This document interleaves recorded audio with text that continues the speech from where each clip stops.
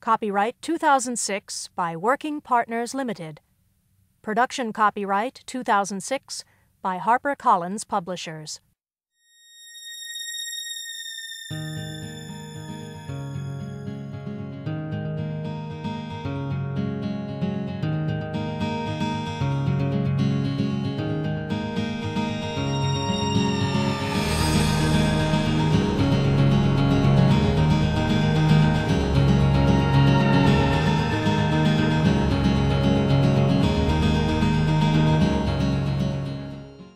Chapter 23.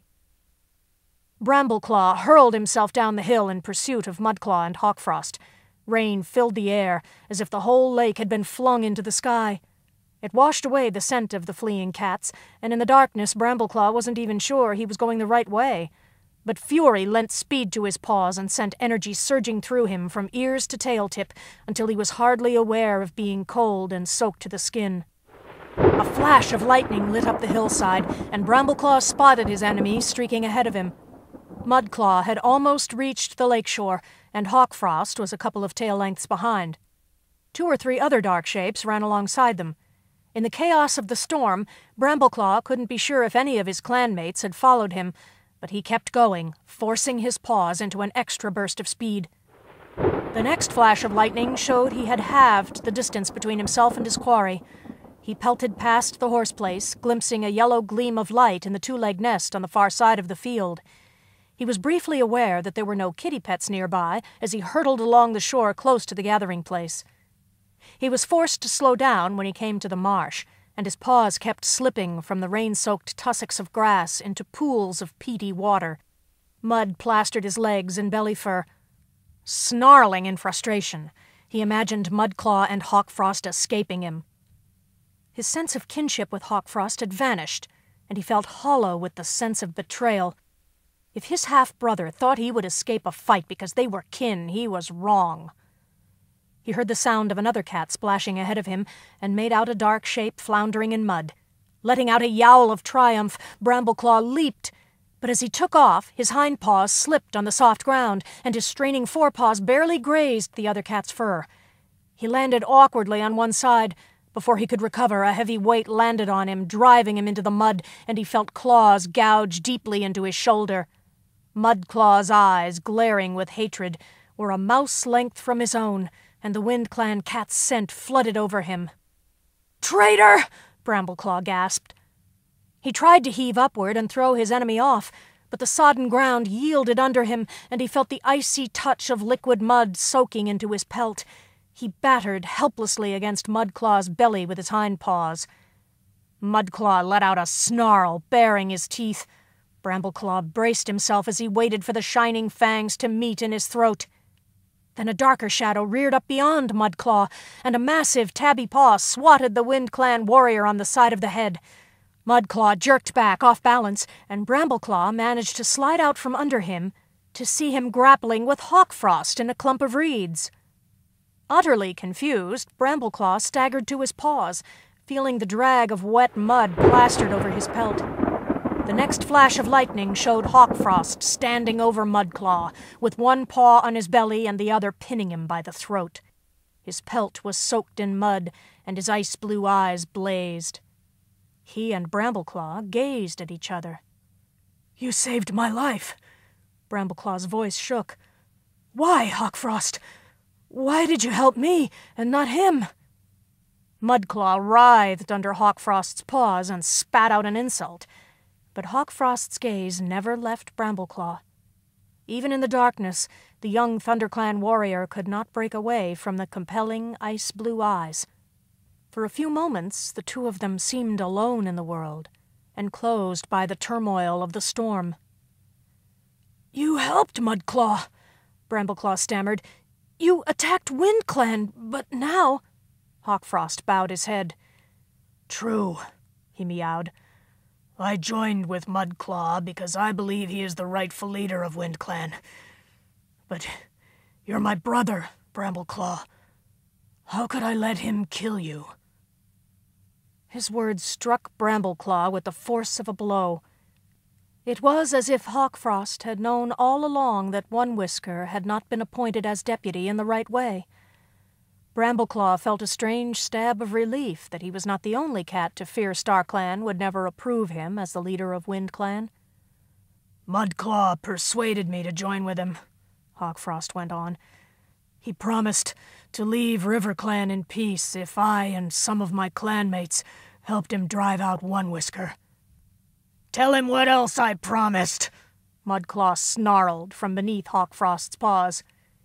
Tell him how you came to me and offered your help if I made you WindClan's deputy, and help you take over RiverClan later.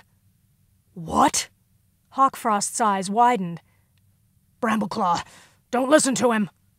Why would I want to leave RiverClan, and why would I need to ask any cat for that kind of help?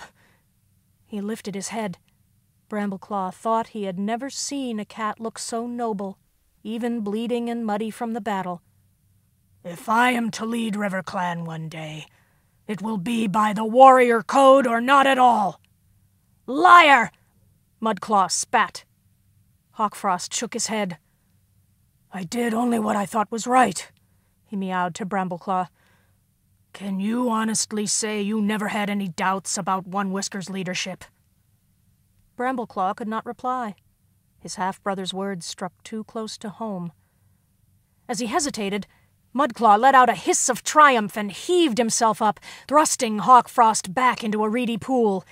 Brambleclaw crouched to fight back as the WindClan warrior leaped at him, but Hawkfrost, recovering rapidly, dived between them and lashed out furiously at Mudclaw with teeth and claws. Mudclaw veered to one side, then turned and fled, his dark shape soon lost in the night. Without another word, Hawkfrost spun around and splashed off after him, leaving Brambleclaw to follow. Lightning flashed again, and above the answering roll of thunder, Brambleclaw heard a cat calling his name. He glanced back to see Squirrelflight standing behind him, her eyes wide with horror. "What are you doing?" she gasped. "You're letting him go!" "No, you don't understand," Brambleclaw began. "I heard what Mudclaw said. Hawkfrost helped him so he could be deputy of WindClan and take over RiverClan. He's dangerous, Brambleclaw." "But Mudclaw was lying," Brambleclaw protested. A claw of lightning tore the sky from top to bottom.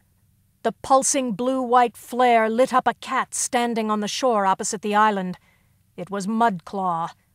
In the same heartbeat, an ear-splitting crack sounded across the water. The lightning crackled down to the topmost branches of one of the trees on the island, outlining it briefly in a spike of flame. The tree began to fall, gathering momentum as it toppled. Too late, Mudclaw turned to flee. His screech of terror was cut off as the tree crashed down on the shore, its branches clattering like bones. Brambleclaw stumbled forward through the swamp until he reached firmer ground. As if the storm had done its work by destroying the tree, it began to move away. The next flash of lightning was over the hills, and the thunder echoed more distantly.